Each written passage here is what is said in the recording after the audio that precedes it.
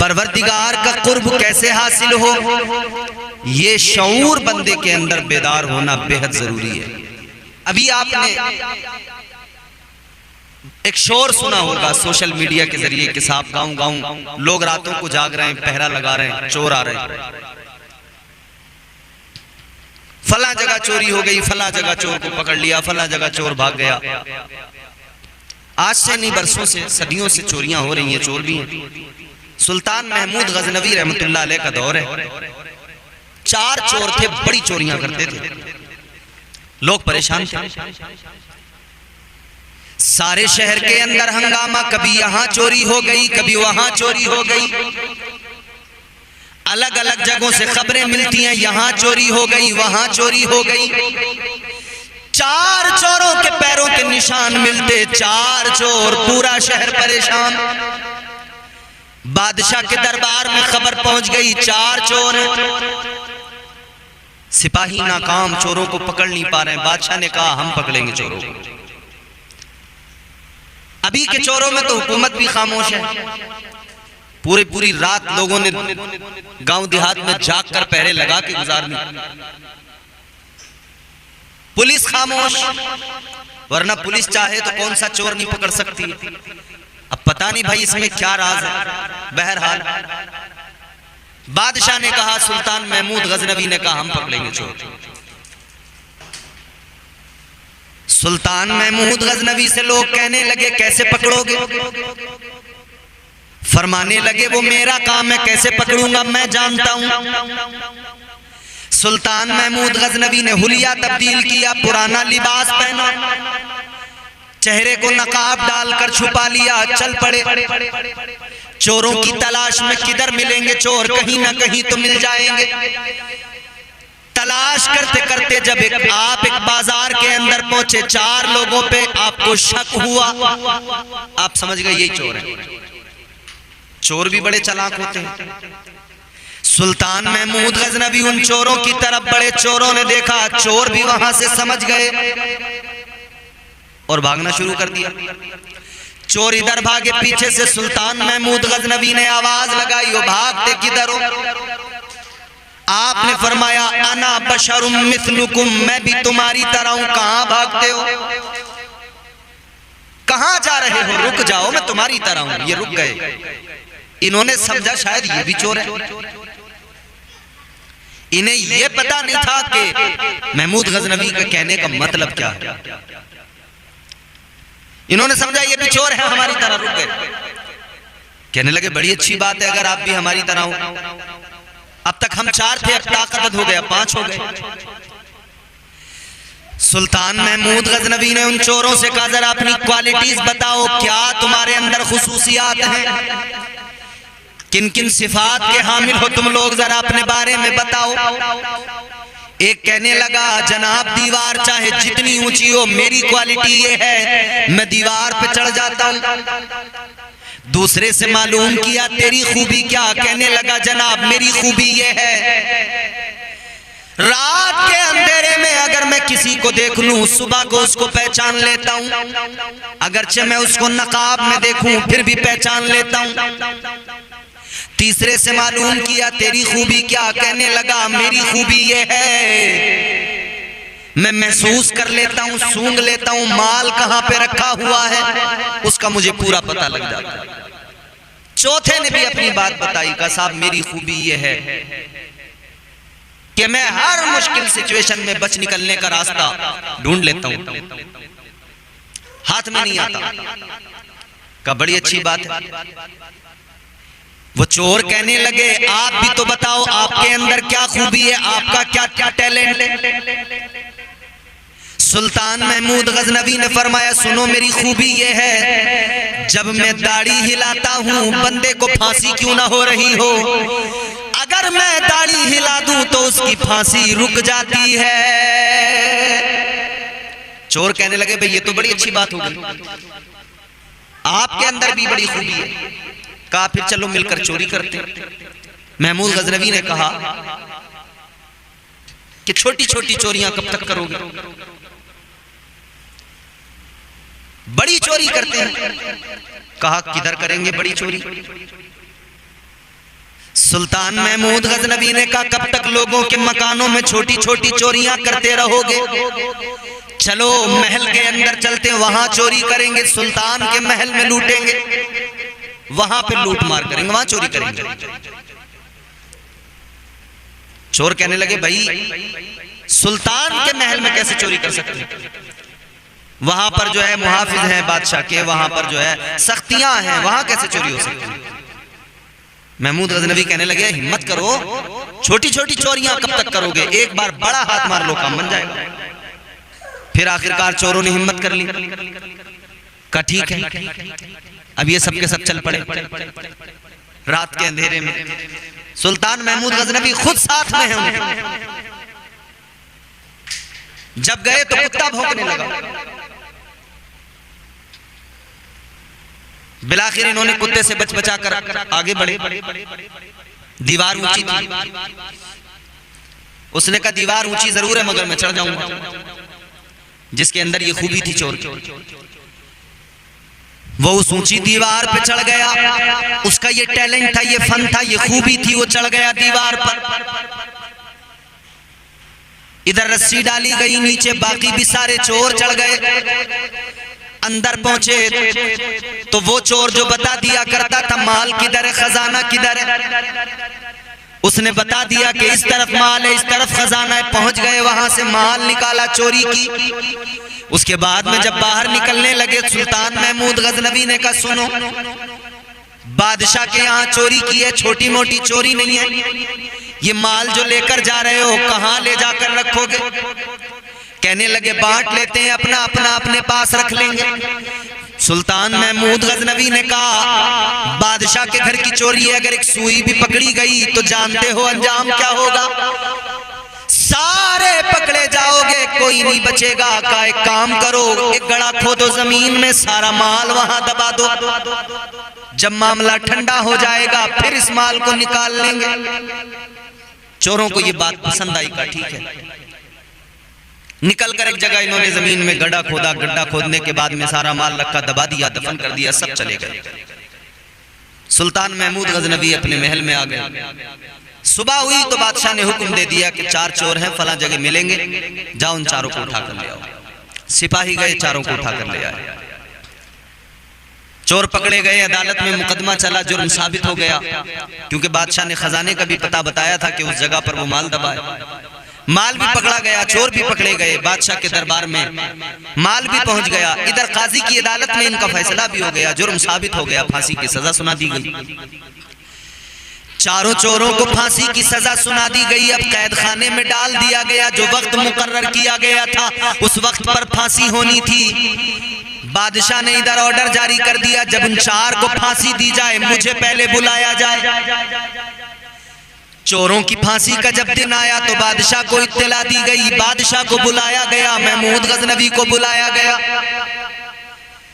چاروں چوروں کو جب لے کر جا رہے تھے، ادھر سلطان محمود غزنوی آئے۔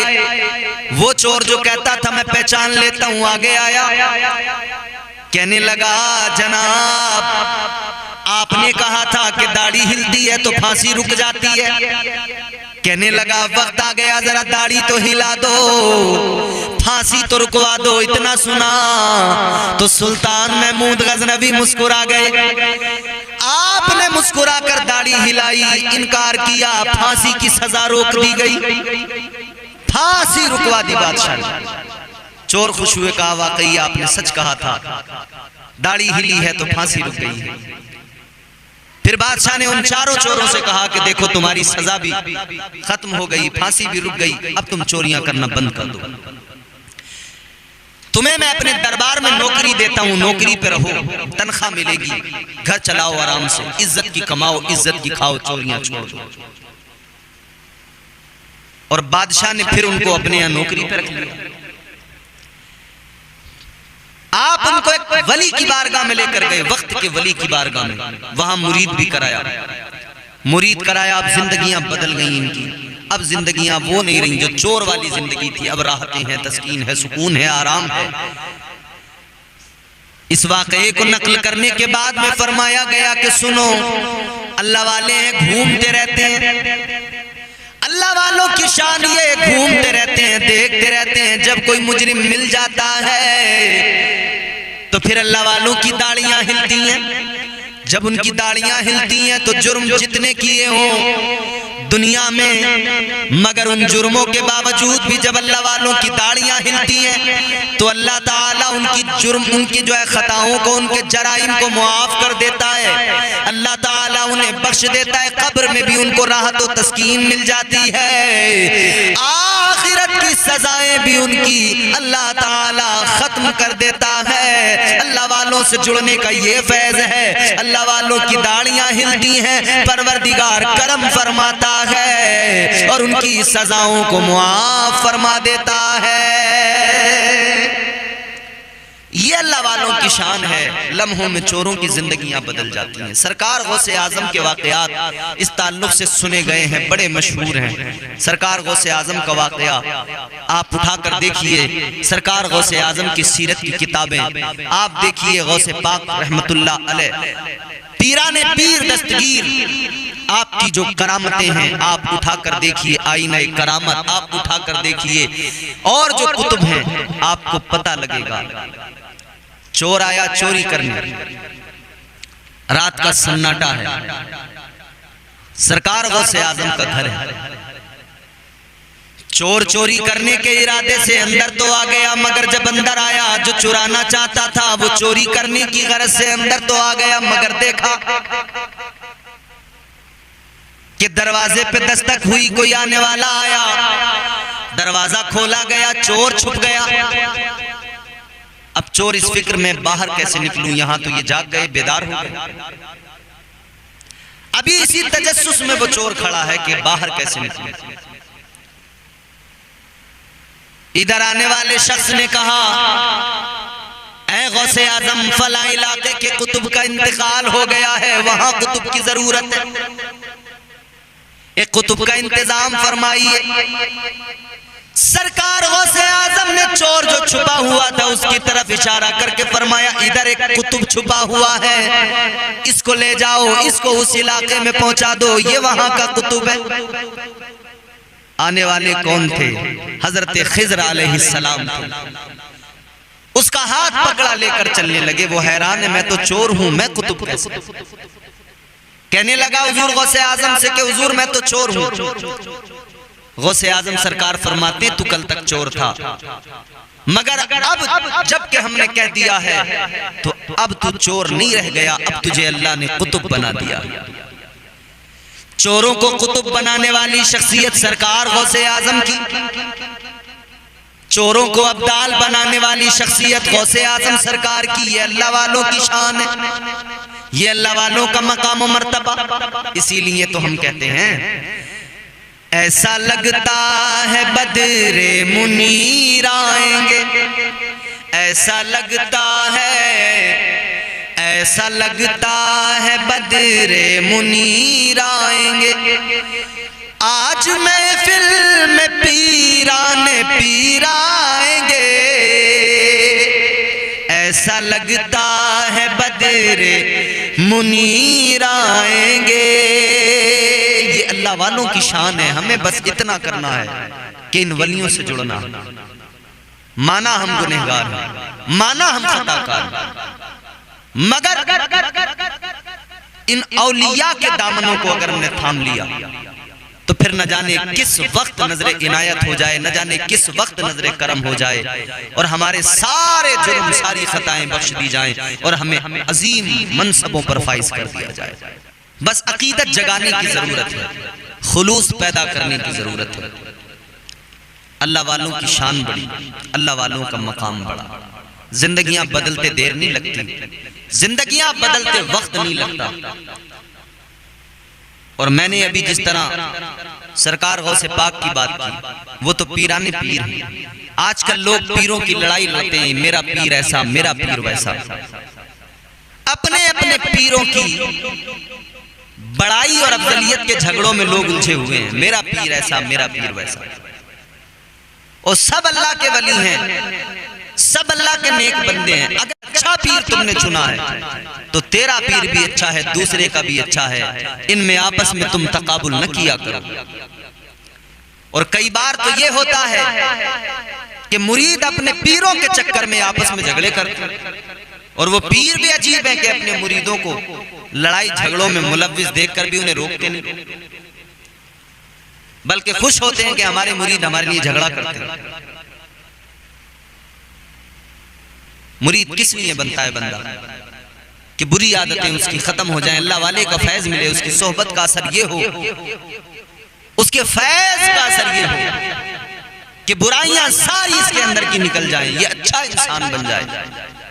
مگر آج کل تو یہ مرید آپس میں جھگڑوں میں لگے، پیروں کی لڑائیاں۔ اہل سنت والجماعت کو بدقسمتی سے یہ بھی ایک سامنا ہے، یہ بھی ایک سانحہ ہے بہت بڑا کہ اب یہ پیروں کی لڑائیاں، خانقاہوں کی لڑائیاں شروع ہو گئی۔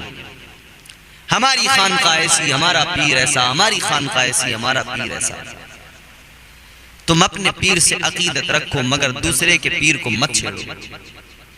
اگر چھیڑو گے تو وہ دوسرا بھی ریاکٹ کرے گا، وہ بھی اپنے پیر سے محبت کرتا ہے۔ بس اتنا جان لو، اچھا پیر چنو، کسی نیک بزرگ کے دامن سے وابستہ ہو جاؤ، کسی نیک بزرگ کے دامن کو تھامو۔ تعصب ہے، اگر کسی خانقاہ کا مرید کسی دوسری خانقاہ میں جائے تو اسے الگ نظر سے دیکھا جا رہا ہے، یہ فلاں خانقاہ سے، یہ فلاں پیر کا مرید ہے۔ خدا کے لیے یہ تعصب ختم ہونا چاہیے، خانقاہوں کے اندر بھی اور مریدوں کے اندر بھی یہ تعصب نہ رہے۔ بہت ہم نے یہ لڑائیاں لڑ لی، سلسلوں کی لڑائیاں، سلسلوں کے جھگڑے۔ خدا کے لیے سلسلوں کے جھگڑوں میں نہ پڑو۔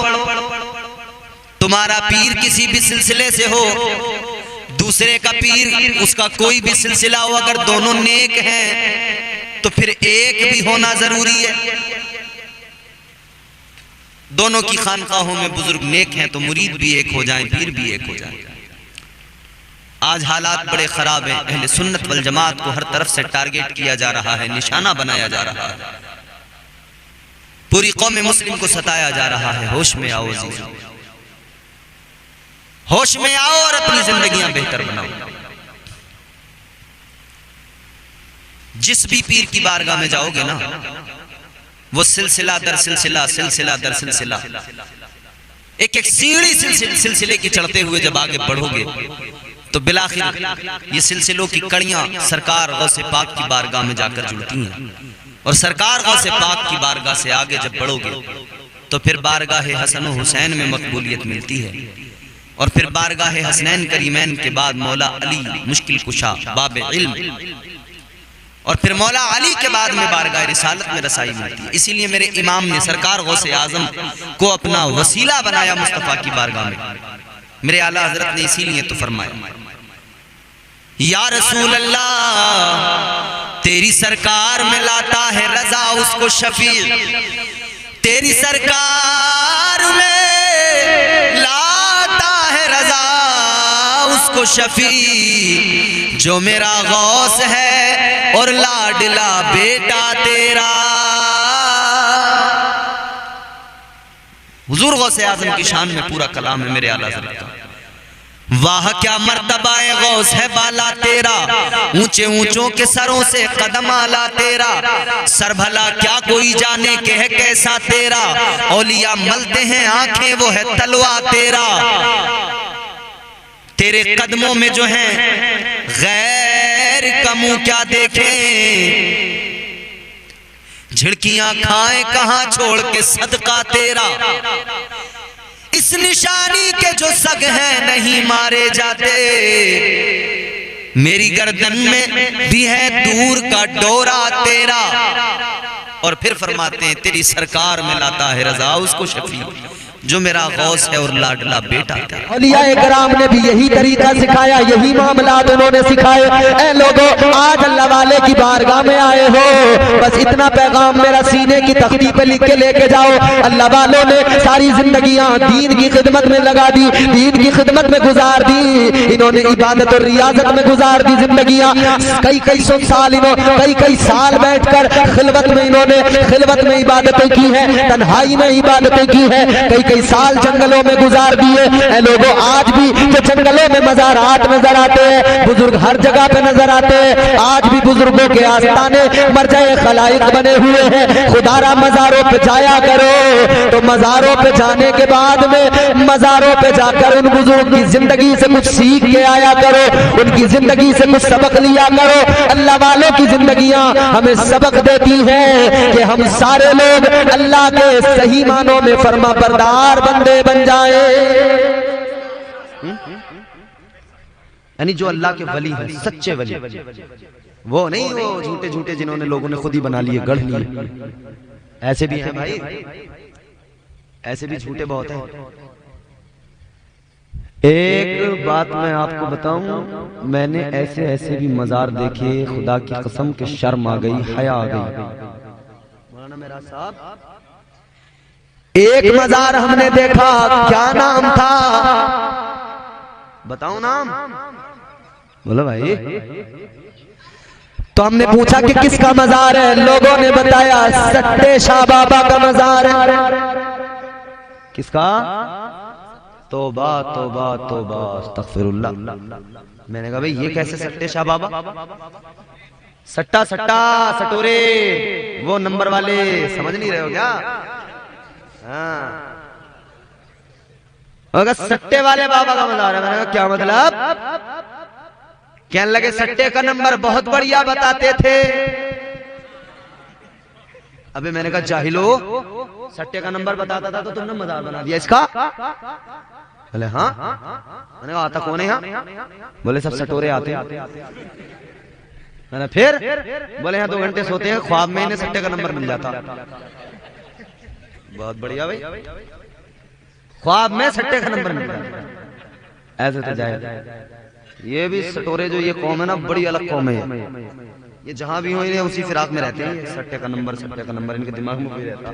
ہر وقت ان کے دماغ میں سٹے کا نمبر ہی چل رہا ہوتا. برباد ہو گئے, تباہ ہو گئے, کچھ نہیں بچا, سب جھونک دیا, مگر پھر بھی دماغ میں سٹا. ایک گاؤں کے اندر امام صاحب بڑی فکر میں لگ گئے کہ یار سارا گاؤں سٹا کھیلنے لگا, کوئی تو طریقہ ہو کہ انہیں سمجھایا جائے. امام بیچارہ پھر بھی ترس آتا امام کو, قوم پہ کرے یار انہیں سدھارو بھی سدھارو.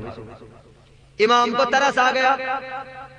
امام نے کہا ایک جلسہ کرا دوں, ایک مولانا کو بلا لوں, تقریر کروا دوں, مولانا سمجھائیں گے, شاید یہ سٹے والے مان جائیں, شاید یہ سٹا کھیلنا چھوڑ دے. تو مولانا صاحب نے جلسہ رکھ لیا, مقرر صاحب کو بلا لیا. مقرر صاحب تقریر کر رہے ہیں, لوگوں سٹا نہ کھیلا کرو, بری چیز ہے. بولے مجھے پتا لگا ہے. اب وہ بتا رہے ہیں مولانا تقریر میں, مولانا تقریر میں مقرر صاحب بتا رہے ہیں کیا کہہ رہے ہیں. مقرر صاحب نے کہا دیکھو بھائیو, سٹا نہ کھیلا کرو, یہ جوا ہے, جوا حرام ہے, شیطان کا کام ہے. حضرت کہنے لگے, مولانا صاحب کہنے لگے مجھے پتا لگا ہے اس گاؤں کے اندر 99% لوگ سٹا کھیلتے ہیں. تو سارے جتنے سٹورے بیٹھے تھے کہنے لگے چلو بھائی کام ہو گیا, صبح کو نمبر 99 لگے گا. مولانا نے بتا دیا.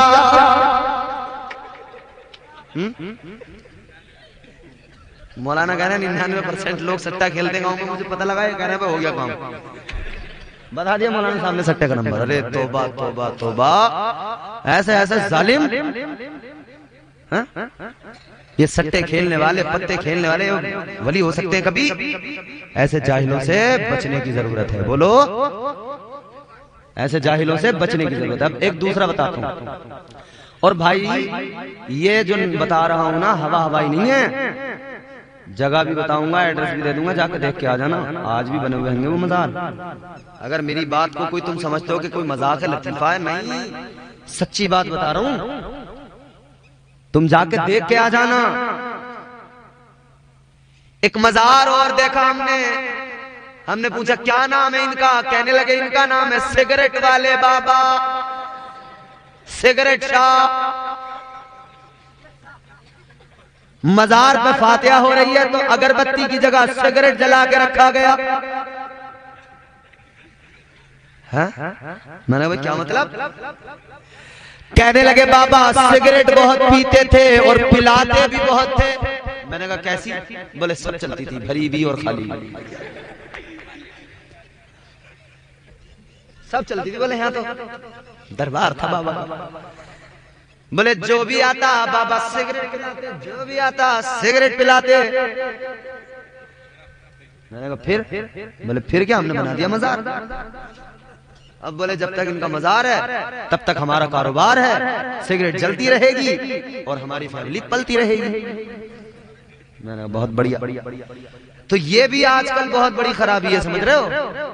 یہ ایسے ویسے الٹے سیدھے جو پیر بنا لیے, جعلی پیر, فرضی پیر, الٹے سیدھے بے وجہ کے پیر. نہ کوئی پیر ہے نہ کچھ. پیر نہیں, پیر سے بھی بدتر. ایسے لوگوں کو اہمیت بالکل نہ دو. جب بھی دل مچلتا ہو, جب بھی کسی اللہ والے کو دیکھنے کے لیے دل بے قرار ہوتا ہو, زیادہ دور نہیں ہے بہرائچ, چلے جانا غازی کے آستانے پہ, چلے جانا. اللہ کی قسم غازی کے آستانے پہ جاؤ گے دل کو سکون ملے گا, آنکھوں کو ٹھنڈک ملے گی, اور پھر پتہ لگے گا کہ اللہ والے کا مزار بھی اللہ کا پتہ بتا دیتا ہے. اور یہ جو سید سالار مسعود غازی رحمت اللہ علیہ کا آستانہ ہے میاں, بہرائچ والو ادھر تم بہرائچ کے قریب ہو, ادھر ہم سنبھل سے تعلق رکھتے ہیں. حضرت کا تعلق سنبھل سے بھی اتنا ہی مضبوط ہے, کیونکہ یہاں پر جو آئے ہیں سنبھل سے ہوتے ہوئے آئے ہیں.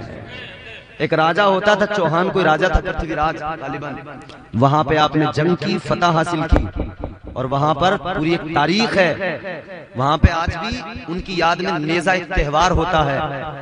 حالانکہ اس کی شکل کیا ہے میں اس پر بات نہیں کر رہا, لیکن ایک تہوار ہے نیزہ. اور اس کا نام نیزہ کیوں رکھا گیا؟ سوت ندی کے کنارے پہلے جب جنگیں ہوتی تھیں تو جنگوں میں جو یہ تمام لشکر جاتے تھے, فوجی دستے, تو سب سے پہلے ان کی کوشش ہوتی تھی کہ پانی پر قبضہ ہمارا ہو جائے. تو ہمارے یہاں سوت ندی ہے سنبھل میں, حضرت نے سوت ندی کے کنارے پہ خیمے لگائے, اپنا نیزہ یوں زمین میں گاڑ دیا, فرمایا یہیں پہ ہمارا قیام ہوگا, یہیں پہ خیمے لگیں گے. حضرت نے ادھر نیزہ سوت ندی کے کنارے پہ گاڑ دیا. سنی مسلمانوں نے کہا حضور جہاں تم نے نیزہ گاڑ دیا ہے آپ کی یاد میں ہم اسے تہوار بنا رہے ہیں. بہرحال ان کی یاد میں آج تک وہ, حالانکہ ان کی یاد میں وہ جو تہوار ہوتا ہے اس دن سب لوگ اپنے اپنے گھروں میں سید سالار مسعود غازی رحمت اللہ علیہ کی فاتحہ اور نظر و نیاز کا اہتمام کرتے ہیں. اب میں اس کی شکل پہ بات نہیں کرنا کہ وہ کس شکل میں ہو رہا ہے, لیکن میں یہ کہہ رہا ہوں کہ حضرت کا سنبھل سے تعلق بڑا مضبوط ہے. حضرت نے سنبھل میں جب قدم رکھا تو کفر کے ایوان میں لرزہ پیدا ہو گیا.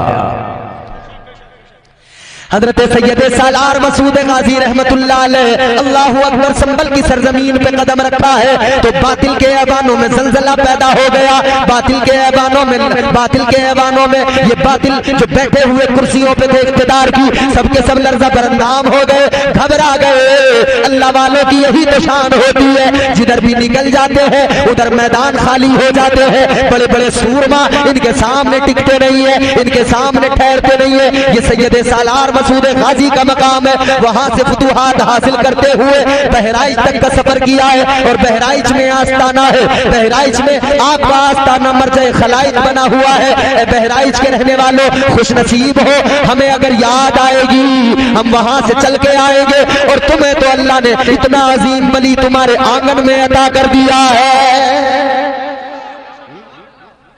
تو ہمیں جھوٹوں کے پاس جانے کی ضرورت, ہمارے لیے اللہ نے جو سچے ولی عطا کیے ہیں نا وہی کافی ہے. ولیوں سے رشتہ مضبوط رکھو, ولیوں سے محبت کرو. اللہ نے قرآن میں ولیوں کی عظمتوں کا اعلان کیا ہے, اور حضور نے حدیث میں فرما دیا کہ اولیاء کرام کی محبت جو دلوں میں ڈالتا ہے تو وہ اللہ ڈالتا ہے. سمجھ رہے؟ اچھا بتاؤ, پورے گاؤں میں تمہارے, یہ تو گاؤں نہیں ہے نانپارا, پورے نانپارا بہرائچ اور اطراف میں مجھے ایک بات بتاؤ, کوئی آدمی ایسا ہے جو یہ بتا دے کہ میں نے حضور غوث اعظم کو دیکھا ہے؟ وہ کب کے بزرگ ہیں, ہم اب ہیں, اور وہ بغداد میں, ہم ہندوستان میں. تو بھائی کسی نے دیکھا ہے؟ نہیں دیکھا. اچھا جی ایک بات بتاؤ, 11ویں تو سب مناتے ہیں کہ نہیں؟ ارے تم شرما رہے ہو کیا؟ شرم آتی ہے تمہیں؟ جو طور ہے دنیا کا اسی طور سے بولو, جو طور ہے دنیا کا اسی طور سے بولو, بحروں کا علاقہ ہے ذرا زور سے بولو. ڈر رہے ہو تم تو؟ 11ویں سب مناتے ہیں. اچھا میں اگر تم سے پوچھوں غوث اعظم تمہارے رشتہ دار تھے؟ بتاؤ. ہمارے کسی کے رشتہ دار تھے حضور غوث اعظم؟ ہم ان کے خاندان والے ہیں. کیا تعلق ہے ہمارا ان سے؟ ہم کیوں کر رہے ہیں 11ویں؟ رشتہ دار ہمارے نہیں، ہم ان کے خاندان میں نہیں، ان کی اولاد میں نہیں، ان کی نسل میں نہیں. ہم سوچ لیں وہ کرے 11ویں جو ان کا رشتہ دار ہو، وہ کرے 11ویں جو ان کے خاندان میں ان کی نسل میں ہو، ان کی نسلیں کریں 11ویں. ہم کیوں کریں؟ کیوں کرتے ہیں ہم اس لیے کرتے ہیں کہ اللہ جنہیں پسند کر لیتا ہے ساری کائنات پھر ان کے در دولت پہ جاتی ہے اور ان سے فیض حاصل کرتی ہے. اللہ نے ان کو پسند کر لیا تو اب اللہ کی پسند ہمیں اتنی پسند ہے کہ اللہ نے غوث اعظم کو پسند کیا ہے، تو ہم جب تک زندہ رہیں گے غوث اعظم سے محبت کرتے رہیں گے. اس لیے کہ جب رب پسند کرتا ہے تو رب اعلان بھی کر دیتا ہے. اللہ جبرائیل کو بلاتا، جبرائیل میں اپنے فلاں بندے سے محبت کرتا ہوں، جبرائیل تم بھی اس سے محبت کرو. آسمانی دنیا میں بھی اعلان کر دو، آسمانی دنیا میں رہنے والی تمام مخلوقات میرے اس بندے سے محبت کرنے لگے، پیار کرے. اور جبرائیل زمین والوں کے دلوں میں میرے اس بندے کی محبت کو ڈال دو. ثم یودع لہ القبول فی الارض، میرے اس بندے کی محبت زمین والوں کے دلوں میں ڈال دو. تو غوث اعظم کی محبت ہمارے دل میں اللہ نے ڈالی ہے، غریب نواز کی محبت ہمارے دل میں اللہ نے ڈالی ہے، ہمارے دل میں صابر پاک کی محبت اللہ نے ڈالی ہے، ہمارے دل میں محبوب الہی کی محبت اللہ نے ڈالی ہے، ہمارے دل میں مخدوم کچھوچھا کی محبت اللہ نے ڈالی ہے، ہمارے دل میں شاہ برکت اللہ میاں مہر عربی کی محبت ہمارے دل میں اللہ نے ڈالی ہے، ہمارے دل میں اعلیٰ حضرت کی محبت اللہ نے ڈالی ہے، ہمارے دل میں دیوا کے وارث، ہم سنیوں کے وارث کی محبت، حضرت وارث کی محبت ہمارے دل میں اللہ نے ڈالی ہے، حضرت شاہ بدیع الدین زندہ شاہ مدار رحمت اللہ علیہ کی محبت ہمارے دل میں اللہ نے ڈالی ہے، داتا علی حجویری کی محبت دلوں میں ہمارے اللہ نے ڈالی ہے، ہمارے دلوں میں بغداد والے پیر، پیروں کے پیر سرکار غوث اعظم کی محبت اللہ نے ڈالی ہے. تو پھر یہ محبت جب اللہ دلوں میں ڈال رہا ہے تو کسی ملا کی اوقات نہیں ہے کہ دلوں سے اس محبت کو نکال سکے. کوئی نکال سکتا ہے؟ تو ہم اسی لیے کہتے ہیں ولی کے قرب سے قرب حضور ملتا ہے، ولی کے قرب سے قرب حضور ملتا ہے، ولی کے عشق کا بدلہ ضرور ملتا ہے. ولی کے قرب سے قرب حضور ملتا ہے، ولی کے قرب سے قرب حضور ملتا ہے، ولی کے عشق کا بدلہ ضرور ملتا ہے. ان سے محبت کرو گے تبھی کام چلے گا، یہاں بھی کام چلے گا. اور سنو، ہر انسان قرب خدا چاہتا ہے، ہر انسان چاہتا ہے کہ اللہ کا قرب حاصل ہو جائے، مگر اللہ کا قرب کیسے ملتا ہے؟ اللہ اللہ کیے جانے سے اللہ نہ ملے، اللہ اللہ کیے جانے سے اللہ نہ ملے، اللہ والے ہیں جو اللہ سے ملا دیتے ہیں. کون ہوتے ہیں اللہ کے ولی؟ کیا مقام ہوتا ہے ان کا؟ آؤ اللہ کے قرآن سے سمجھو. اللہ تبارک و تعالیٰ نے قرآن مجید میں اعلان کر دیا، ولیوں کا مقام بیان کیا. اللہ کے قرآن نے ولیوں کی صفات بیان کی، اللہ نے قرآن میں اعلان کر دیا. اللہ نے فرما دیا والذین یبیتون لربہم سجدا وقیاما. اللہ تبارک و تعالیٰ نے ولیوں کی صفات بتائی، ولیوں کا مقام بیان کیا. اللہ نے قرآن میں فرما دیا ولی وہ ہوتے ہیں جو راتوں کو جاگ کر اللہ کی عبادت کیا کرتے ہیں، جو راتوں کو سجدے کیا کرتے ہیں، راتوں کو جاگ کر اللہ کی بارگاہ میں سر جھکا دیا کرتے ہیں. وہ اللہ کے ولی ہوتے ہیں جو راتوں کو جاگ کر قیام کیا کرتے ہیں. اے لوگوں، اللہ کے ولیوں کی شان سمجھو، اللہ کے ولیوں کا مقام پہچانو. کیا شان ہوتی ہے؟ اللہ کا ولی وہ ہوتا ہے کہ دنیا کو بھول جاتا ہے، اسے یاد رہتا ہے تو فقط اپنا رب یاد رہتا ہے، اور کچھ یاد نہیں رہتا. یاد رہتا ہے تو صرف اللہ، اللہ یاد رہتا ہے. اب سنیں، اللہ یاد رہتا ہے. ہمارے دل میں دنیا ہے، ہم دنیا دار لوگ ہیں، ہمیں ہر وقت بس یہی ہے کہ ہمارا یہ کام ہو جائے، وہ کام ہو جائے، پراپرٹی بن جائے، جائیداد، مکان اچھا بنا لے، پلاٹ خرید لیں، یہاں پہ پراپرٹی، وہاں پہ پراپرٹی، دنیا ہی دنیا میں الجھے ہوئے. مگر اللہ والوں کی شان، ایک اللہ کے ولی ہے اور نام ہے ان کا حضرت بایزید بستامی رحمت اللہ علیہ. بہت بڑے بزرگ، بہت پائے کے بزرگ. کون بایزید بستامی؟ وہ حضرت بایزید بستامی جنہوں نے لوگوں کو جہالت کے دلدل سے نکالا، گناہوں کی تاریکی سے نکالا اور لا کر انہیں متقی بنا دیا، تقوی کا نور عطا کر دیا. غور کرو میرے عزیزو، کون بایزید بستامی؟ جن کی بارگاہ میں شرابی آئے تو متقی بن کے گئے، شرابی آئے تو نمازی بن کے گئے، پارسا بن کے گئے. اللہ اکبر کبیرہ. وہ حضرت بایزید بستامی رحمت اللہ علیہ، آپ ایک غلام کو خرید کے لائے. غلام آپ نے خریدا، لا کر اپنے گھر پہ اس سے فرمایا یہ بتا تیرا نام کیا ہے؟ غلام نے کہا میرا نام اسلم ہے. کیا نام بتایا؟ زور سے بولو. اسلم. اتنا تو تقریر سننے میں حق ادا کر دو کہ جتنا لمبا سفر ہم نے کیا ہے تو ہمیں اس سفر کی جو ہے نا تھکاوٹ ہماری ختم ہو جائے، ہمیں لگے کہ ہاں بہت اچھا سنا. اسلم. حضرت بایزید بستامی غلام خرید کے لئے فرمایا تمہارا ایک کام ہے، ایک ڈیوٹی ہے. کیا کرنا ہے حضور؟ کہا بس فجر کی نماز کے لیے وضو کرانا. کیا کرنا ہے؟ فجر کی نماز کے لیے وضو. ہے کچھ لوگ جو فجر کی نماز پڑھتے ہوں گے، اللہ ماشاءاللہ گنے چنے لوگ ہیں، یعنی نمازوں سے بڑا دل کرتا ہے، مسجد میں جانے کو دل نہیں کرتا. بھائی ہم نے یہ دیکھا ہے بزرگوں کی تعلیم کیا ہے، اللہ کے ولیوں کی تعلیم کیا ہے. انہوں نے لوگوں کو دین دیا ہے مصطفیٰ کا. درگاہوں کو لوگ دنا دن جا رہے ہیں، اچھی بات ہے جائیں فیض حاصل کریں، کبھی مسجد میں تو جایا کریں. وہ سپر پاور اللہ، وہ اس کی بارگاہ ہے، اس رب کا گھر ہے. اللہ والوں نے عبادتیں کی ہیں، بندگی کی ہے، سجدے کیے ہیں، قیام کیے ہیں، مگر آج تو مسجدوں میں جانے والے نہیں. یاد رکھنا میرے عزیزوں، آج مسجدیں دیکھتی ہیں، مسجدیں ترستی ہیں، نمازی کہاں گئے؟ مسجدیں نمازیوں کو یاد کرتی رہتی ہیں. درگاہوں پہ جانے والے بزرگوں کا کردار بھول گئے، درگاہوں پہ جانے والے اللہ والوں کی زندگیاں بھول بیٹھے. انہوں نے کیا سکھایا؟ انہوں نے اپنی زندگیوں سے کیا دیا ہے؟ ان کی سیرت میں بھلا دیا. کیا یاد رکھا؟ درگاہوں پہ بیٹھ کر دھونے لگا لیے، درگاہوں پہ بیٹھ کر چرس پینے لگے، درگاہوں پر بیٹھ کر چلم پینے لگے. نانا میرے بھائی، درگاہوں پہ بیٹھ کر چلم نہ پیا کرو، درگاہوں پہ بیٹھ کر سلطا گانجا نہ پیا کرو. اللہ والوں نے گانجا پینا نہیں سکھایا، سلطا چرس پینا نہیں سکھایا. اللہ والوں نے سکھایا ہے تو یہ سکھایا ہے کہ بندہ نماز میں سر جھکائے، اللہ کے حضور سر جھکائے اور لب کے چلووں کو دیکھ لے.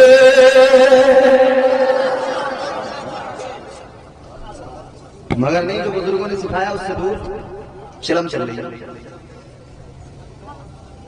اور یہ جاہل مرید بناتے ہیں ایسے جاہلوں کو.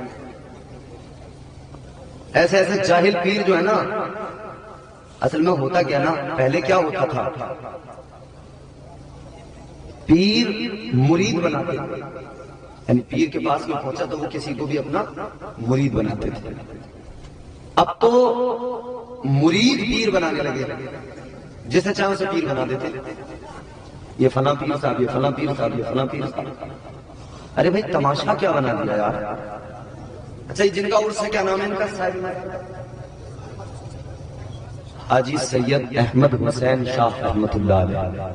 پوری دنیا میں بزرگوں کے آسکار ہیں، مگر علماء سے معذرت چاہتے ہو، ایک بات عرض کرتا ہوں، یہ اللہ والوں کے آستانے ہیں، ان پر جائیں، حاضری دیں، فیض حاصل کریں. مگر ان کی بارگاہوں میں جا کر اگر کسی بندے کے دل میں یہ بات پیدا نہ ہو سکی کہ ان کی زندگی گزری کیسے ہے، ان کی زندگی سے مجھے سبق کیا ملتا ہے، تو مجھے بتاؤ اس نے درگاہ پہ جا کے کون سا فیض پایا، کون سا فیض حاصل ہوا، اسے کیا ملا، اسے وہاں سے. فیض حاصل کرنا ہے تو ان کی زندگیاں دیکھنی پڑیں گی. اے لوگوں، ہم اعلیٰ حضرت کے ماننے والے، ہم سنی مسلمان ہیں، یوں ہی راہ چلتوں کو اپنا پیر نہیں بنایا کرتے. کسی بھی راہ چلتے کو اپنا پیر نہیں مانتے. کوئی بھی ہمارا یوں ہی پیر نہیں بن جاتا ہے, بلکہ بریلی نے تو پیر کا ایک طریقہ بتا دیا. بریلی نے تو بتا دیا ایک زاویہ کہ پیر ہوتا کیسا ہے. بریلی نے تو وہ بھی زاویہ سامنے رکھ دیا کہ پیر کی پرکھ کیسے کرے, اس کو کیسے پہچانے کہ یہ پیر ہے, اس کو کیسے پہچانے یہ اللہ والا ہے. اور وہ زاویہ تحریری طور پر بھی موجود ہے اور اس کی تصویر بھی موجود ہے. اللہ اکبر کبیرہ. بریلی کے علماء کی کتابیں پڑھو, تحریر بھی مل جائے گی. اور بریلی میں تاج الشریعہ میں جس نے دیکھا اسے تصویر بھی مل گئی, جس نے نہیں دیکھا وہ روضہ تاج الشریعہ میں دیکھ لے.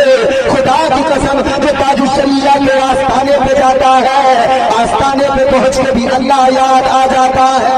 نعرہ تکبیر, نعرہ رسالت, مسلک اعلیٰ حضرت, بستی بستی کریا کریا, کرامات حضور تاج الشریعہ. نعرہ تکبیر, نعرہ رسالت. بہت اچھا, ہمارے پیر وہ جنہوں نے عبادتیں کی.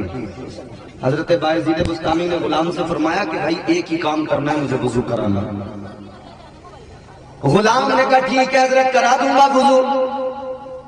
غلام نے سوچا بھائی یہاں تو زندگی بڑے سکون میں کٹے گی, کام بھی بڑا کم کرنا پڑے گا, صرف ایک بار وضو کرانا, پھر دن بھر کوئی کام ہی نہیں.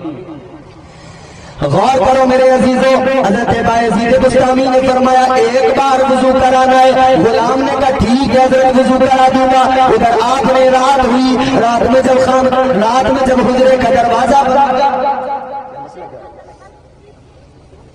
اچھا یہاں کرو گے تو میں پریشان ہو جاؤں گا, تو پتہ نہیں کیا معاملہ.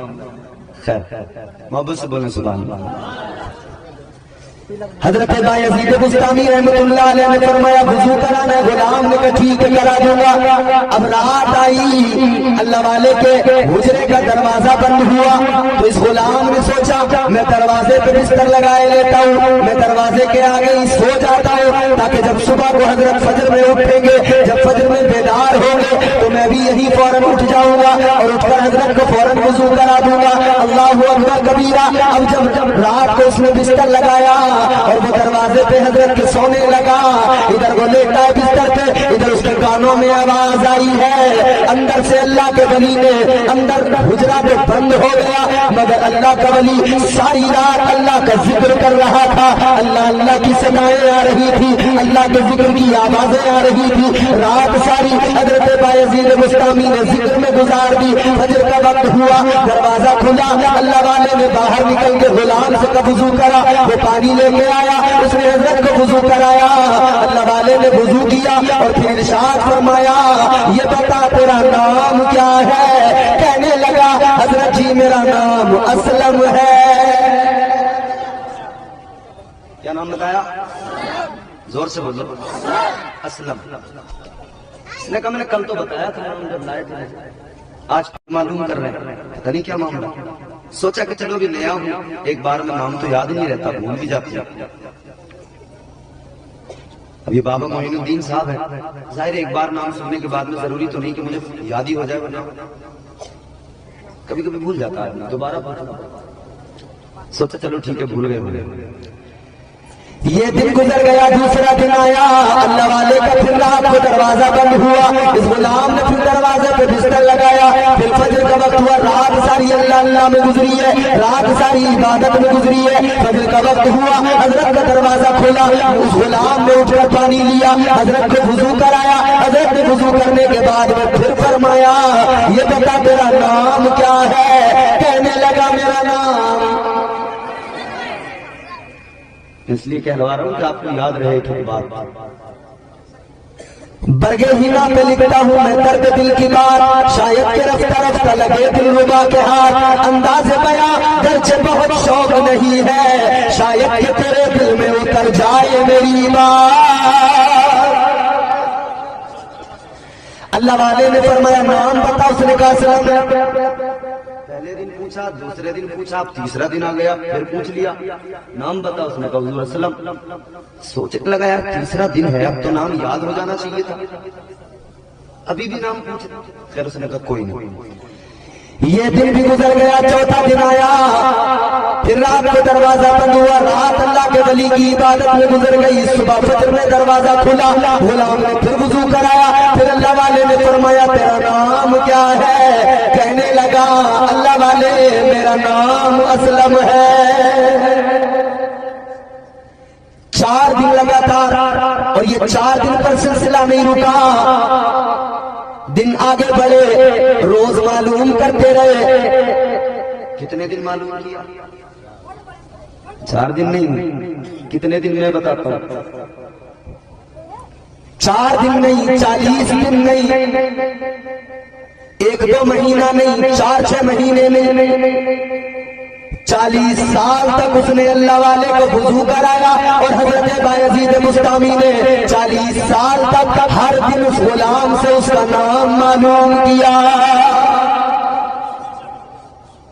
2-4 10 دن مہینے 2 مہینے کا قصہ نہیں، سال 2 سال کا قصہ نہیں، 40 سال تک وہ آپ کو وضو کراتا رہا، اور 40 سال تک حضرت بایزید بسطامی اس کا نام معلوم کرتے رہے۔ ایک دن اس کی آنکھوں میں آنسو آ گئے، 40 سال جب گزر گئے نا، رونے لگے۔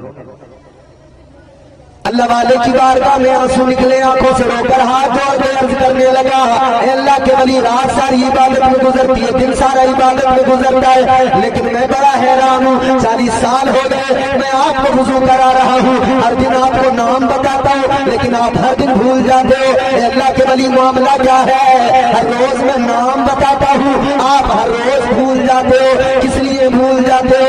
جب اس کی آنکھوں میں آنسو آئے، اللہ کے ولی نے فرمایا غصہ نہ کر، ناراض نہ ہو، یہ تیرا نام تو تیرا نام ہے، بایزید تو اپنا نام بھی بھول جاتا ہے۔ کیا بات ہے حضرت ایسی؟ آپ فرمانے لگے سن لے، میرے دل میں اگر کچھ ہے تو اللہ کی یاد ہے، میرے دماغ میں اگر کوئی ہستی ہے تو وہ اللہ تبارک و تعالیٰ کی ذات ہے۔ آپ نے فرمایا میں نے کائنات کو بھلا دیا، حد ہو گئی، میں خود کو بھی بھول جاتا ہوں، یاد رہتا ہے تو مجھے پروردگار یاد رہتا ہے۔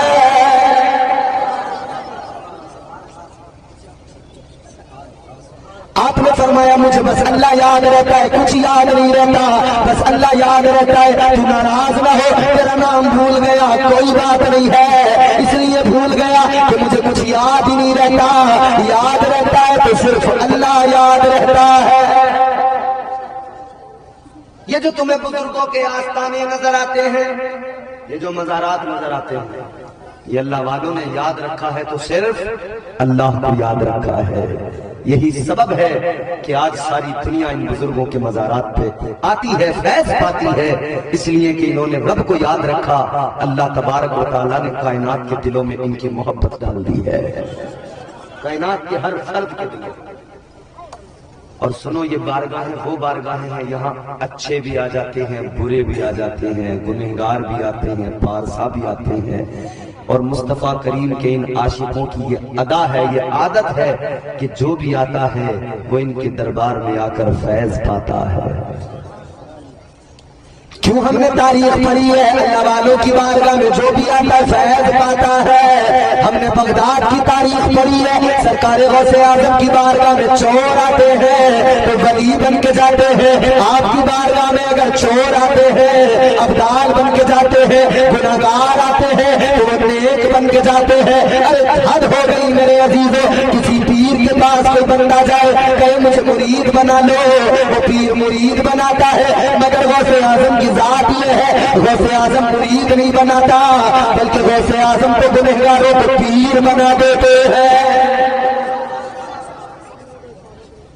اسی لیے میرے امام نے قلم توڑ دیا، تاجدار بریلی نے، تاجدار اہل سنت سیدی سرکار اعلیٰ حضرت نے، آپ نے فرمایا واہ کیا مرتبہ، کیا واہ کیا مرتبہ اے غوث ہے بالا تیرا، واہ کیا مرتبہ اے غوث ہے بالا تیرا، اونچے اونچوں کے سروں سے قدم آلا تیرا، اور کیا دبے جس پہ حمایت کا ہو پنجا تیرا۔ تھوڑا دور سے بھی لے آواز ہے، تھوڑی آواز بہت دوست، بہت اچھا مائک ہے۔ کیا دبے جس پہ حمایت کا ہو پنجا تیرا، کیا دبے جس پہ حمایت کا ہو پنجا تیرا، شیر کو خطرے میں لاتا نہیں کتا تیرا۔ حضور غوث اعظم تاجدار ولایت، اولیاء کے تاجدار ہیں، تو انہوں نے یاد رکھا اللہ کو، تو اللہ نے کائنات کے تمام انسانوں کے دلوں میں ان کی محبت ڈال دی۔ اور انسانوں کے دلوں میں نہیں، جانوروں کے دلوں میں بھی ان کا ادب ڈال دیا۔ ولایت انسان کو کہاں سے کہاں پہنچاتی ہے، ولایت انسان کے کیسے مراتب بلند کرتی ہے۔ ولایت ہے کیا؟ ولایت انسان کے مرتبے کو کتنا بلند کرتی ہے۔ ایک میں ہوئے کاف ہو، تمہاری میری نگاہیں، تمہاری میری آنکھیں دیکھتی ہیں وہاں تک جہاں تک ان آنکھوں کو نظر آتا ہے، یہ آنکھیں وہاں تک دیکھتی ہیں جہاں تک ان آنکھوں کو نظر آتا ہے، بینائی جہاں تک کام کرتی ہے وہاں تک یہ آنکھیں دیکھا کرتی ہے۔ مگر اللہ کے ولیوں کی شان یہ ہوتی ہے، اللہ کے ولیوں کا مقام یہ ہوتا ہے، اللہ کا ولی بیٹھا ہوتا ہے اپنے حجرے کے اندر، اللہ کا ولی بیٹھا ہوتا ہے ٹوٹی چٹائی پر، مگر اس کے سامنے مشرق بھی روشن ہوتا ہے، مغرب بھی روشن ہوتا ہے، شمال و جنوب بھی روشن ہوتے ہیں، تاکہ سرا تک اس کی نظر جاتی ہے، لوح محفوظ تک اس کی نظر جاتی ہے۔ اللہ والا اپنی خانقاہ میں بیٹھ کر ساری تمام اطراف میں، تمام جہت میں دیکھ لیا کرتا ہے، تمام سمتوں میں دیکھ لیا کرتا ہے۔ اللہ والوں کی شان یہ ہوتی ہے، اسی لیے تو میرے غوث پاک نے فرمایا، تاجدار بغداد نے فرمایا، میں ساری کائنات کو ایسے دیکھتا ہوں جیسے ہتھیلی پر، ہاتھ کی ہتھیلی پر رائی کا دانہ رکھا ہوا ہے، رائی کا دانہ ہتھیلی پہ ہو کس طرح سے نظر آتا ہے، اسی طرح غوث اعظم سرکار فرماتے ہیں مجھے کائنات نظر آتی ہے۔ مزید آپ نے فرمایا ساری دنیا کے اندر میرا مرید مجھے کہیں بھی پکارے، وہ جہاں سے بھی پکارے، میں اس کی آواز کو بھی سنتا ہوں اور اس کی مدد کو بھی پہنچ جاتا ہوں۔ پکارے تو صحیح، کوئی پکارے گا جو دل سے، غوث اعظم اس کی مدد فرمائیں گے، تاجدار بغداد اس کی مدد فرماتے ہیں۔ اور سنو، ایک بڑے کام کی بات بتا رہا ہوں، زندگی بھر یاد رکھنا اور بڑے کام آئے گی یہ بات۔ توجہ ہے آپ، یہ علماء ہیں، یہ تمام علماء، اکثر آنا جانا ادھر ادھر ہوتا ہوگا آپ تمام لوگوں کا، کبھی کہیں پروگرام میں جا رہے ہیں، کبھی کسی سفر پہ جا رہے ہیں، کبھی کہیں امامت کے لیے جا رہے ہیں، کبھی گاڑی سے موٹر سائیکل سے جا رہے ہیں، کبھی کار سے جا رہے ہیں۔ دیکھو سنو، الحمدللہ ہمارے مسلسل سفر ہوتے ہیں، اپنا تجربہ بھی بتا رہے ہیں اور بزرگوں کی بات بھی بتا رہے ہیں۔ سننا چاہو گے؟ زندگی بھر کام آئے وہ بات بتا رہا ہوں، ذرا محبت سے بولو سبحان اللہ۔ سفر پہ نکلو، کہیں بھی نکلو، حضور غوث اعظم رضی اللہ تعالیٰ عنہ کی شان بتا رہا ہوں تمہیں۔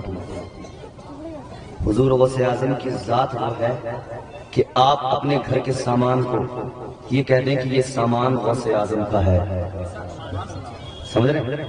یہ کہہ دیں کہ یہ سامان حضور غوث اعظم کا ہے، خدا کی قسم وہ سامان کبھی چوری نہیں ہو سکتا ہے۔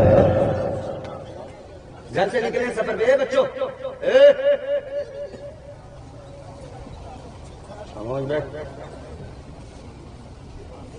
گھر سے نکلے ہو سفر پہ، بائک پہ، حادثے ہو جاتے نا راستوں میں، ایکسیڈنٹ ہو جاتے، جوان ہم نے دیکھے ایکسیڈنٹ ہوا تو انتقال ہو گیا۔ کبھی بھی گھر سے نکلو، موٹر سائیکل سے نکلے ہو، کہہ دو یا شیخ عبد القادر جیلانی، اے حضور غوث اعظم یہ موٹر سائیکل آپ کی ہے، آپ کے کرم پہ چل رہی ہے، خدا کی قسم 1000 کلومیٹر کا سفر کر کے آ جانا، ایکسیڈنٹ سے اللہ محفوظ رکھے گا۔ یہ یاد رکھنے والی باتیں بتا رہا ہوں میں آپ کو۔ گھر کے سامان پہ لکھ دو کہ یہ حضور غوث اعظم کا، چوری نہیں ہو سکتا، محفوظ رہے گا۔ ہم سفر پہ نکلتے ہیں نا، اور اکثر کبھی لمبے لمبے سفر ہوتے ہیں، کار سے بھی کبھی کبھی 500-600 کلومیٹر کا سفر ایک طرف سے بھی ہو جاتا ہے۔ ہم صرف اتنا ہی کہتے ہیں حضور غوث اعظم کی بارگاہ میں لو لگا کے، سرکار یہ گاڑی بھی آپ کی، یہ غلام بھی آپ کی۔ اللہ کا کرم میں سفر بہت کرتے ہیں، مگر آج تک اللہ نے ہر حادثے سے ہمیں محفوظ رکھا ہے۔ تو یہ بزرگوں کو اللہ نے شان عطا فرمایا، تو یہ انہیں مقام کیسے ملا؟ انہوں نے دنیا کو بھلا دیا، اللہ کو یاد رکھا۔ آج آدمی کہتا ہے صاحب دعا قبول نہیں ہو رہی، دعا رات دن گالیاں دے کر، زبان بندی کر کے پھر آدمی کا دعا قبول نہیں ہو رہی،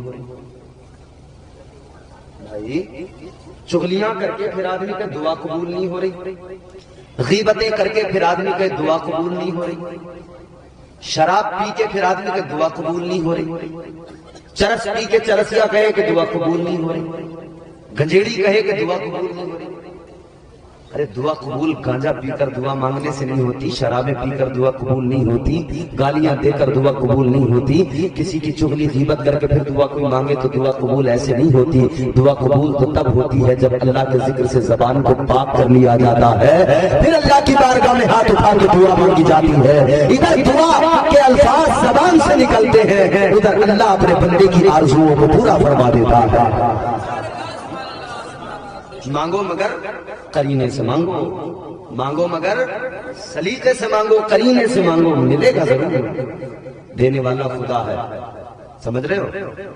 اور جو ملتا ہے نا ایسے نہیں مل جاتا، اس کے راستے مقرر کیے گئے ہیں۔ ہمارے معاشرے میں بڑی بے چینی پائی جا رہی ہے، علماء کرام بیٹھے ہیں، بڑی بے چینی پائی جا رہی ہے۔ اکثر لوگ کہہ رہے ہیں کہ صاحب روزی میں برکت نہیں ہے، کاروبار میں برکت نہیں ہے، گھر میں برکت نہیں ہو رہی۔ ارے اللہ تبارک و تعالیٰ کے پیارے رسول ہم سب کے آقا و مولا نے راستے مقرر کیے، راہیں ہموار کر کے دی ہیں، ان راستوں کو اپناؤ پھر ملے گا، رزق میں برکت ہوگی۔ اب سنو میں آپ کو ایک بات بڑی لطیف بتا رہا ہوں۔ ایک صحابی میرے آقا کی بارگاہ میں آئے، اللہ کے نبی کی بارگاہ میں آ کر آنسو بہانے لگے، یا رسول اللہ بہت غریب ہوں، آقا بہت غریب ہے۔ اور غریب جو آدمی ہوتا ہے نا، اس سے پوچھو اس کے دل کا درد کیا ہوتا ہے نہیں؟ کبھی غربت کراتی ہے، کبھی دوری کراتی ہے، بہت سے کام ایسے ہیں جو مجبوری کراتی ہے۔ چوتھا مصرع پیش کروں گا، علماء کرام دعا دیں گے مجھے۔ کبھی غربت کراتی ہے، کبھی دوری کراتی ہے، بہت سے کام ایسے ہیں جو مجبوری کراتی ہے۔ بتاؤ کون ہے جو رات کو گھر سے نکلتا ہے، شکم کی آگ ہے جو ہم سے مزدوری کراتی ہے۔ اور غریبی انسان کو بڑا پریشان کرتی ہے، مگر غریبوں دل چھوٹا نہ کیا کرو کبھی، اس لیے کہ میرے آقا نے غریبی کو پسند کیا ہے۔ تاجدار مدینہ امام الانبیاء والی کونین صلی اللہ تعالیٰ علیہ وسلم نے غریبی کو بھی پسند کیا اور غریبوں کو بھی پسند کیا ہے۔ آؤ سنو، میرے آقا تو نبیوں کے تاجدار ہے، میرے آقا تو امام الانبیاء ہے، میرے آقا چاہتے تو میرے آقا کے دائیں بائیں اتنا خزانہ ہوتا، ارد گرد اتنا خزانہ ہوتا، میرے آقا جہاں پہ بیٹھتے وہ سونے کی کرسیاں ہوتی، میرے آقا جہاں آرام کرتے وہاں کے چادر قیمتی، چادریں قیمتی ہوتی، گھنٹے قیمتی ہوتے، مگر میرے آقا نے غریبی کو پسند کیا ہے، غربت کو اپنا لیا مصطفیٰ نے، اور غریبوں کا بھرم رکھ لیا، غریبوں کا دل رکھ لیا اور پیغام دے دیا، اے غریبوں غم نہ کرنا۔ اس لیے اے غریبوں میں بھی آپ کو آج آقا کا فرمان سنا کے جا رہے ہو، آقا کی باتیں بتا کے جا رہے ہو، آج کے بعد میں کبھی دل چھوٹا نہ کرنا، اس لیے کہ مدینے کے سلطان نے غربت کو اپنایا ہے، غریبوں کو اپنایا ہے۔ اور سنو یہ جملہ بھی میرا دل پہ لکھ لو، غریب غریب ہوتا ہے مگر مصطفیٰ کے بے حد قریب ہوتا ہے۔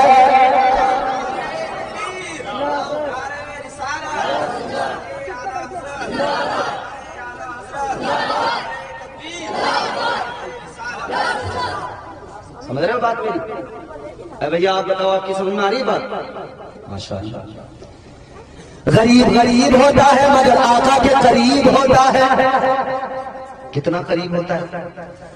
تاجدار مدینہ والی کونین صلی اللہ تعالیٰ علیہ وسلم نے فرمایا کل قیامت کا دن ہوگا، نفسی نفسی کا عالم ہوگا، جنتی جنت میں جا رہے ہوں گے، جہنمی جہنم میں جا رہے ہوں گے، مگر سنو میرے عزیزو، ادھر امیر بھی ہوں گے ادھر غریب بھی ہوں گے۔ جنت میں امیر بھی جو ہے ایماندار صاحب کردار کامل وہ بھی جائیں گے اور غریب بھی جائیں گے، مگر غریب اور امیر کا فرق دیکھو کیا ہے۔ کل قیامت کا دن ہوگا، اللہ کے حضور قطاریں لگی ہیں، غریب بھی کھڑے ہیں امیر بھی کھڑے ہیں۔ اے میرے عزیزو سنو، اللہ غریبوں سے، اللہ امیروں سے ان کا مال پوچھے گا، اللہ فرمائے گا بتا کتنا کمایا، کہاں خرچ کیا، کہاں سے کمایا، کہاں پہ خرچ کیا۔ اے میرے عزیزو سنو، اللہ مالداروں سے ان کا مال پوچھے گا مگر غریبوں سے اللہ ان کا حال پوچھے گا۔ ان کے پاس حساب دینے کو تو کچھ ہے ہی نہیں، مال دولت تو نہیں جس کا حساب دیتے رہے، جس کے پاس ہے زیادہ وہ دے گا حساب، کہاں سے آیا تھا، کتنا آیا تھا، کیسے آیا تھا، کیسے لایا تھا، کیسے خرچ کیا تھا، کہاں خرچ کیا تھا، کہاں لٹایا تھا۔ اب یہ تو فیصلہ ہو جائے گا نا، نبی کے جلسے میں لٹایا تھا یا کسی ایسی ناچنے والی محفل میں لٹا دیا تھا، حساب تو دینا نا۔ ذرہ ذرہ حشر میں کانٹے پہ تولا جائے گا، ذرہ ذرہ حشر میں کانٹے پہ تولا جائے گا، کبریا کے سامنے ہرگز نہ بولا جائے گا۔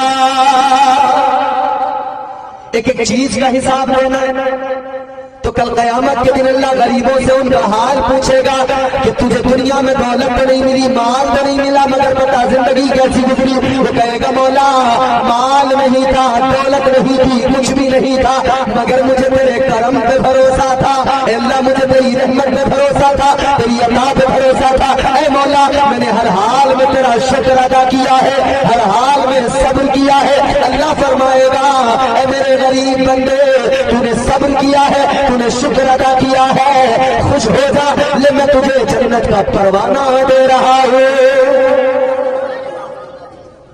غریب نے پروانے جنت لیا، جنت کی طرف چل پڑا، اور مالدار ابھی حساب دینے کے چکر میں رکا ہوا ہے۔ غریب یہ گیا جنت میں، آگے کتنا فرق ہے بتاؤں، کتنا آگے پیچھے ہیں دونوں۔ یہاں تو سب سے پہلے امیر آگے جاتا ہے، مالدار آگے۔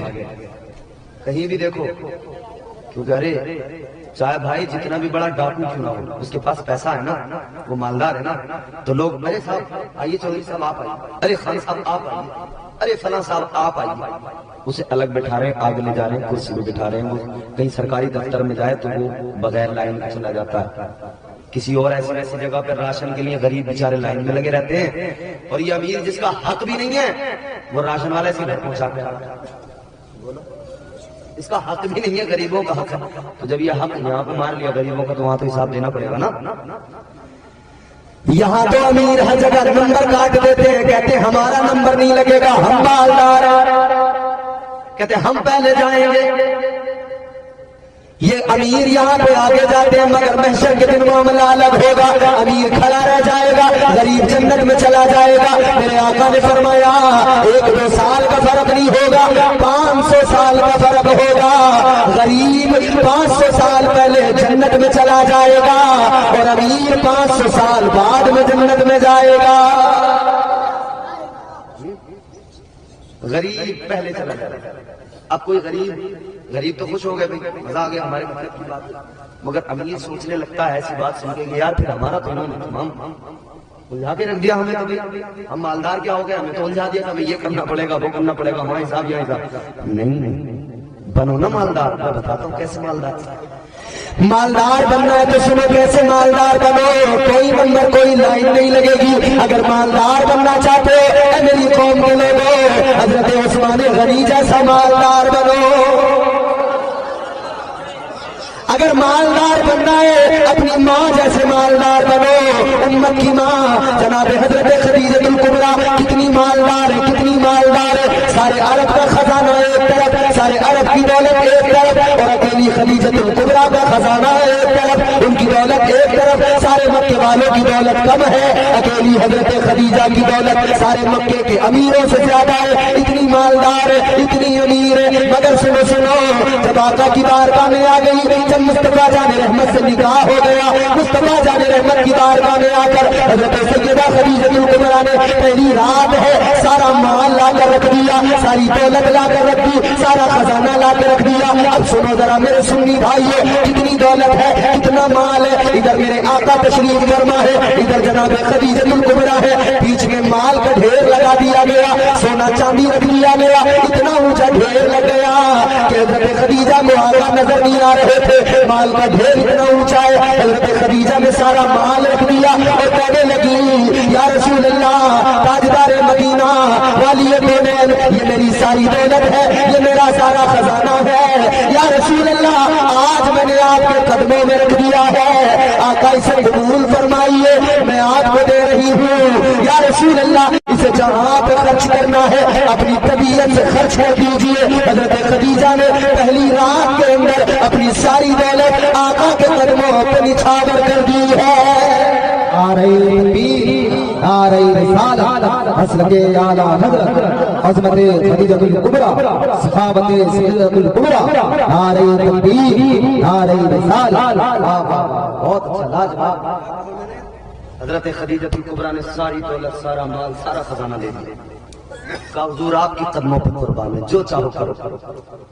پھر حضور نے کیا کیا؟ کیا کیا آقا نے؟ آج اگر کسی کو سسرال سے 1 لاکھ روپے نقد مل جائے، کیش مل جائے، بڑے سنبھال کے رکھتا ہے۔ اگر سسرال سے بائک مل جائے اور کوئی پڑوسی آ جائے کہ ذرا چابی دے دو، کہتا چابی نہیں ملے گی، دوستی پکی ہے مگر گاڑی کی بات نہ کرنا۔ بھیا اور اگر مان لو آدمی دینا بھی چاہے تو بیگم صاحبہ نے دینے دیتے، بیگم صاحبہ ایسی جگہ رکھتی ہے چابی ملتی نہیں، کہتے ملی نہیں رہی ہے چابی، منع بھی نہیں کریں گے۔ آدمی آدھا گھنٹہ دروازے پر کھڑا ہوا، ادھر کرے چابی نہیں مل رہی ہے، چلا جاتا ہے مایوس، وہ سنبھال کے رکھتا ہے نا آدمی۔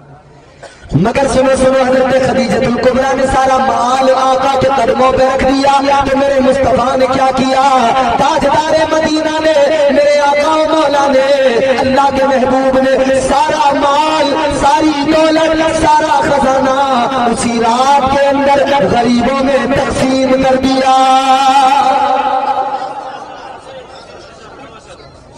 سارا صبح کا سورج بھی نہیں نکلنے دیا، اسی رات میں غریبوں کی باری۔ دیکھو سخاوت کس کو کہتے ہیں۔ انبیاء میں حبیب خدا کون ہے؟ آپ ہیں یا نبی دوسرا کون ہے؟ مانگتا اس لیے ہوں کہ مختار ہو، کیونکہ دیتا ہے خدا، لٹاتے ہیں مصطفیٰ۔ بولو بھائی، ارے دیتے ہیں کہ نہیں دیتے ہیں؟ اس لیے کہ رب نے شان ہی یہ عطا فرمائی ہے، اللہ دیتا ہے، حضور لیتے ہیں اور غلاموں میں بانٹتے ہیں۔ وہ رب ہے اور یہ محبوب ہے، وہ اللہ کائنات کا مالک و مختار ہے، اس کا کام ہے دینا اور ان کا کام ہے لینا، اور ہم غلاموں کو دینا۔ وہ خدا ہے ہمارا، اس کی شان یہ ہے، وہ غفور الرحیم ہے، اور آقا کی شان یہ ہے، یہ رؤوف الرحیم ہے، وہ رب ذوالجلال ہے۔ میرے مصطفیٰ کی شان یہ، وہ رب ذوالجلال ہے، اور میرے